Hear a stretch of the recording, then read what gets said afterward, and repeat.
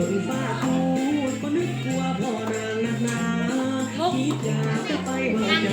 กย่านเขาหาว่าผู้นายอ้ายโจคิดอยากบอกกับน้องเป็นหัวว่าอ้ายสุดหัวใจคิดอยากข้ามหัวเข้าไปแต่ก็ไหวเพราะมันสูงที่ลึกคิดอยู่หลายคืนหลายวันเห็นทางตะวันยิ้มให้แล้วเราจะทำอย่างไรคนไม่ไหวจะรอดหัวเป็นลาเลย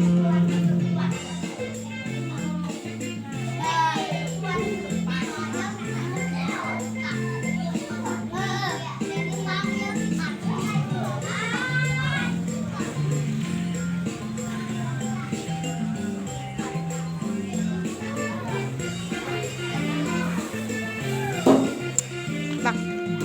ปัญหาหนักอีกแล้วอีกแล้วเพราะรักสร้างเงินไกลโอ้จะทำอย่างไรสร้างเงินไกลนั้นงามหนักหนาเพื่อนคนฟ้าคูดก็นึกกลัวพ่อนางนักหนาคิดอยากจะไปบอกจากย่านเขาหาว่าผู้นายอ้ายโจ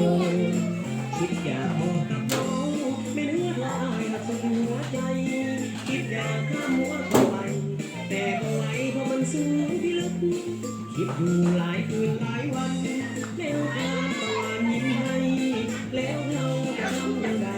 คนไม่ไหวจะรอดหัวเป็นลานา